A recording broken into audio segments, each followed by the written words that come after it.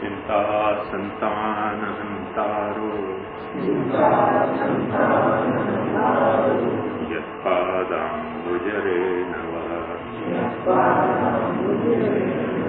स्वीयानां तान्निजाचार्यान्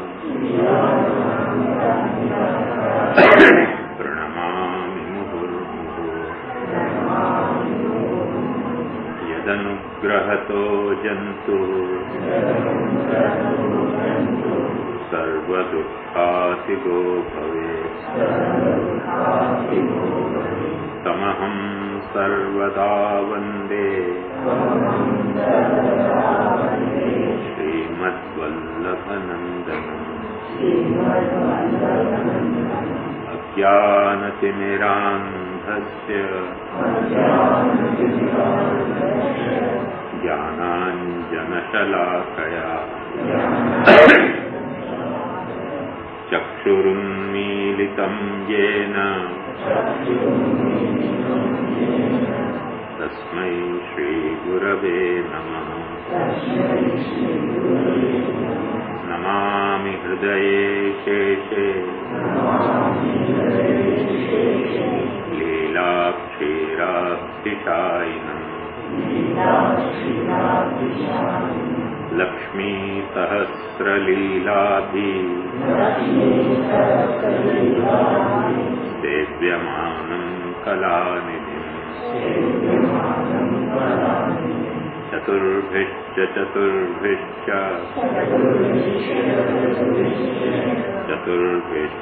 त्रिभिस्तथा षड्भिर्विराजते योऽसौ पञ्चधा हृदये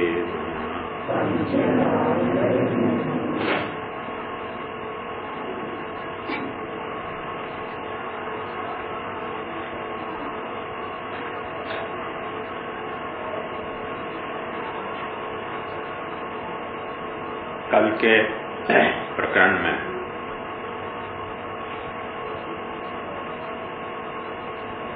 प्रभु ने ब्रजलीला में जो मृत्तिका को भक्षण किए बस जो सिद्धांत प्रतिफलित हो गए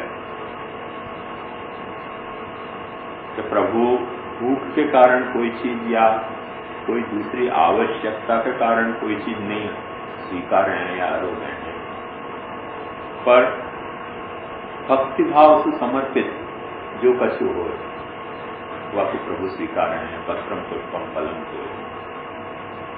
तो सेवा में जब तक ये अपने को भाव दृढ़ नहीं हो गए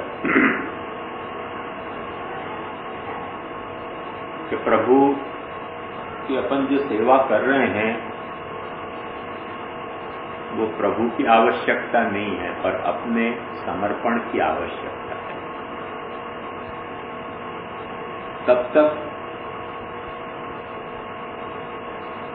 अपने को भगवत सेवा करने में ये जो अपना अहम है ना वो कोमल नहीं हो पाए, वो भक्ति भाव से, क्योंकि ये एक स्वाभाविक बात है कि कोई की यदि कुछ आवश्यकता है और वो आवश्यकता यदि अपन पूर्ण कर रहे हैं तो वह बात को अपना अहंकार अपने को बढ़ना है और बढ़ना है, क्योंकि अपने को पता चल जाए कि अपन जो काम कर रहे हैं वो दूसरे की आवश्यकता है, और जब दूसरे की आवश्यकता नहीं है वैसे अपन कुछ काम कर रहे हैं तो अपना काम करने को हेतु दो ही हो सके, या तो अपना कर्तव्य ये कर रहे हैं या अपना स्नेह या ये कर रहे हैं, बाकी आवश्यकता हो कि नहीं तो अपना स्नेह है या लिए अपन कर रहे हैं। यही के लिए पुराने जमाना में एक नियम है, तो ये सब बहुत आदर्श बातें हैं ऐसी बातें कि जो आज की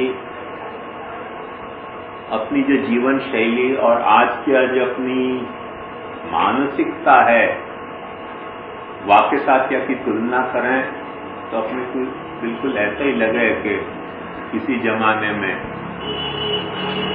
भगवान बुद्ध हुए थे और किसी जमाने में अशोक सम्राट हुए थे और किसी जमाने में चंद्रगुप्त हुए थे।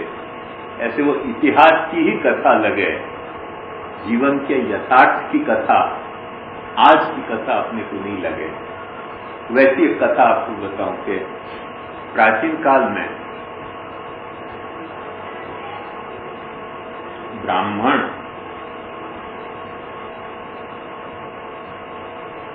दान लेने से कतराते थे। ब्राह्मण दान लेने से कतराते थे, और जो ब्राह्मण दान लेते होगा तो दान लेने की दक्षिणा और दी जाती। वही आपने दान स्वीकारे, बड़ा उपकार किया हमारे पर, से दान लो, और दान आपने स्वीकारे हुआ कि ये दक्षिणा लो। मैंने देने वालों अपनी आवश्यकता से देते तो, लेने वालों अपनी आवश्यकता से नहीं लेते थे। अभी आज सुबह ही मैं बांच रहे तो जहां मिथिला में आयो जा गांव से, वह गांव में शंकर मिश्र करके अपने महाप्रभु जी के काल में जन्मे थे, और वो महादेव जी को अवतार हैं थे। उनकी सबकी भावना भी है, इतिहास भी है। उनके पिता भवनाथ मिश्र थे, और भवनाथ मिश्र को ये शंकर मिश्र भय, और ये 5 बरस के इतने बड़े विद्वान भय, जैसे अपने प्रैक्टिकली महाप्रभु जी भय, वही दंसु। ये मिथिला के राजा ने इनको खेलते देखे हो, कुछ संस्कृत में बात करते देखे हो, तो बड़ा आश्चर्य हुआ, छोटा बच्चा जो है वो ऐसी बातें कैसे कर रहे हो। मिथिला के राजा हर वक्त ब्राह्मण ही होते रहे, चले 700-800 साल के, अभी तक भी वो ब्राह्मण ही होते। उनने बालक को बुला के कुछ पूछी, कुछ बालक ने जवाब दिया। वापस तो राजा ने कही, कह रहे तो बहुत विद्वान बालक है, क्या तू खजाने में से सोना की अशरफी है तो जितनी आपको चाहिए। तो 5 बरस के बालक थे, बड़ी मुश्किल से उनके कपड़ा के झोला में 50 अशरफी आई, और ये 50 अशरफी लेके अपने पिता के पास गए। उनके ये तेने क्या पाप किया, मेरे घर में तो याद तरह से लिया है 50 अशरफी सोना की। ब्राह्मण कैसे होते थे वह की बात बता रहे। तो उन्होंने कहा अब तो मुझको यहाँ घर में भी नहीं रहना जहाँ मैं ऐसे बालक पैदा हूँ। तो इनने कही कि अच्छा आप काम करो, ये घर आपको अच्छा नहीं लगे, गंगा जी के किनारे जाके रहो। वो आदमी घर छोड़ के गंगा जी के किनारे चल गए। इतना उनको बुरी लग गई कि क्यों मांगे, तो बेचारे ने मांगे नहीं तो राजा ने दियो तो, पर बच्चा सारी बात को खुलासा नहीं कर सके डर के मारे बाप के। तो उनकी जो पत्नी थी वानी की कि भाई पति या 50 या 500 कुछ अशरफी के कारण घर छोड़ के चले गए, तो या अशरफी को अपन क्या करेंगे। तो जादिन जन्मे थे शंकर मिश्र, वह दिन उनके पास पैसा नहीं होते बिल्कुल ही। तो जो दाई आई थी जन्म दीवाने, वाकई ने कही थी कि जादिन ये कुछ कमाए वो दिन सब पैसा मैं तो खुद दूंगी, आज तो मेरे पास कुछ नहीं है। ऐसे ही पुराने जमाने में हॉस्पिटल थोड़ी होती थी, दाइयां जन्म करवाती थी, तो इनको जन्म करवा दे। तो वाकू उनने वो 500 दे दिए। अब देखो दाई तो बहुत कोई ऊंचे ब्राह्मण ऐसे तबक्का की नहीं होती थी, नीचे तबक्की आती थी। दाई ने सुनियो कि भाई इनको पिता ही घर छोड़ के चले भी और जा अशरफी के लिए, वो अशरफी लेकर मैं क्या करूं। तो वहां ने भी वो अशरफी से एक तालाब खुदा दिया, जो अभी भी वहां तालाब है, वो देख के आया वो तालाब। ब्राह्मण लेते वापस उनको उपकार मानिए जाते, भाई लियो इसने दान, या तरीके को ब्राह्मणत्व हतो। एक जमाना में इतिहास की कथा है, ये आज की कथा नहीं है। आज तो मांगे नहीं तो ब्राह्मण नहीं कहवा, ये स्थिति हो गई। ये तो कथा है सब बदल गई। पर ठाकुर जी जो अपने से सेवा स्वीकार रहे हैं वो ठाकुर जी की आवश्यकता है और अपने समर्पण और स्नेह की आवश्यकता नहीं है। ये भाव अपने भीतर जगे नहीं कि अपनो मन अपनो अहंकार भक्ति के लायक नहीं रहते, वो दानदाता दानवीर शेठ के जैसे हो जाएगा या अनाथालय चलाने वाले जो वो ऑफिसर होंगे ना उनके जैसे हो जाएगा। वह तरीके की अहंकारिता से सेवा करी तो क्या और सेवा नहीं करी तो क्या, कुछ फर्क नहीं पड़े करके लालू भट्ट जी समझा गया है कि ये मृतभक्षण के सिद्धांत लीला को सेवा करता को ये बात समझनी चाहिए कि जो भी कुछ मैं कर रहे हूं वो प्रभु की आवश्यकता से नहीं, पर मैं यदि प्रभु को धरूंगा नहीं तो मेरा जीवन असमर्पित रहेगा, मैं प्रभु को धरूंगा नहीं तो मेरा स्नेह ही का टिके प्रभु से। ये सिद्धांत सेवा में प्रतिफलित हो। फिर पाछो अपन अपने पुष्टि मार्ग के सिद्धांत से देखें तो अपने पता चले कि अपन यूं समझे कि देव भोग को कोई नियम है, उतनी प्रभु की भूख है, उतनी प्रभु की भूख तब पूरी होगी कि जब अपन कहीं से भी जुगाड़ बैठा के करेंगे। तो ये सारा सेवा का प्रकार है।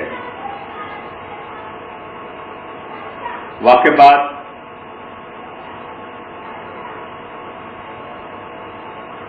लालू भट्ट जी कह रहे हैं कि वो मृतिका भक्षण कियो,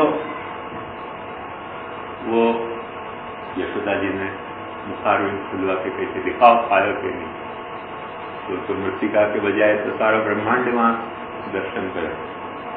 तो वह लीला को सेवा में क्या स्वरूप है, वह स्वरूप को लालू भट्ट जी समझाते हुए कह रहे हैं कि अपने को ब्रह्मांड जब अपन प्रभु को ऐसा महात्मा माने कि प्रभु इतने भक्त पराधीन है कि जो भी कुछ समर्पण भाव से स्नेह से प्रभु की सेवा करे वह तो प्रभु स्वीकार करे हैं, या महात्म्य के कारण अपने को प्रभु से कुछ दूरी अनुभव होगी। क्योंकि एक बात सच्ची है कि जब अपन कोई को महात्म्य माने तो वो अपने को ऊंचे लगे और अपन अपने आप को नीचे समझे। तो ये जो ऊंचे और नीचे का भाव है वो पाछे स्नेह में बाधक हो जाए। और मैंने अपने प्रवचन के आरंभ में आपको ये बात समझाई थी कि निर्गुण भाव केवल स्नेह को भाव नहीं है, निर्गुण भाव केवल प्रभु के महात्म्य को भाव नहीं है, पर प्रभु के महात्म्य के साथ प्रभु का स्नेह करने को भाव जो है वो निर्गुण भाव है। और या निर्गुण भाव के तहत तामस भाव, राजस भाव, सात्विक भाव सब आ सके। ये चतुर्विश्व त्रिविशता षड्भिर विराजते सो पंचदा दे मम बात समझाई थी। तो वाह ढंग से अपने जो निर्गुण भाव का सिद्धांत है, कई लोग बेवकूफी का कारण यह समझे कि पुष्टि मार्ग में केवल बाल भाव की सेवा है।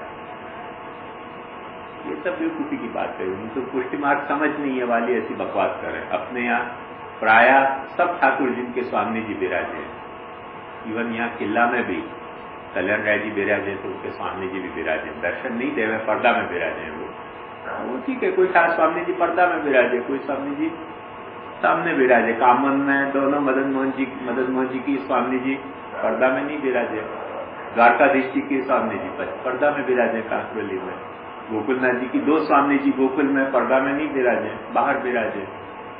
ये तो कौन सी ठाकुर जी की स्वामी जी पर्दा में विराजे, कौन बाहर विराजे, वो एक कथा अलग है। पर स्वामी जी भी अपने यहाँ हैं और यशोदा जी भी अपने यहाँ हैं और सखा भी अपने यहाँ हैं, रुद्राई जी भी अपने यहाँ हैं, दास भी अपने यहाँ हैं, दासी भी अपने यहाँ हैं। तो अपनो सख्य भाव, दास्य भाव, माधुर्य भाव, वात्सल्य भाव, परमात्मा आत्म भाव, सारे भावन की सेवा है। सर्वदा सर्वभावे न भजनीय वृजाधिक सस्यायमेव धर्मो ही नान्य पात्र कदाचन। सर्व भाव से अपन सेवा करें, कोई बाल भाव की अपने यहाँ सेवा है ऐसी बात नहीं। बेवकूफी के कारण लोग सोचते रहते कि केवल भाव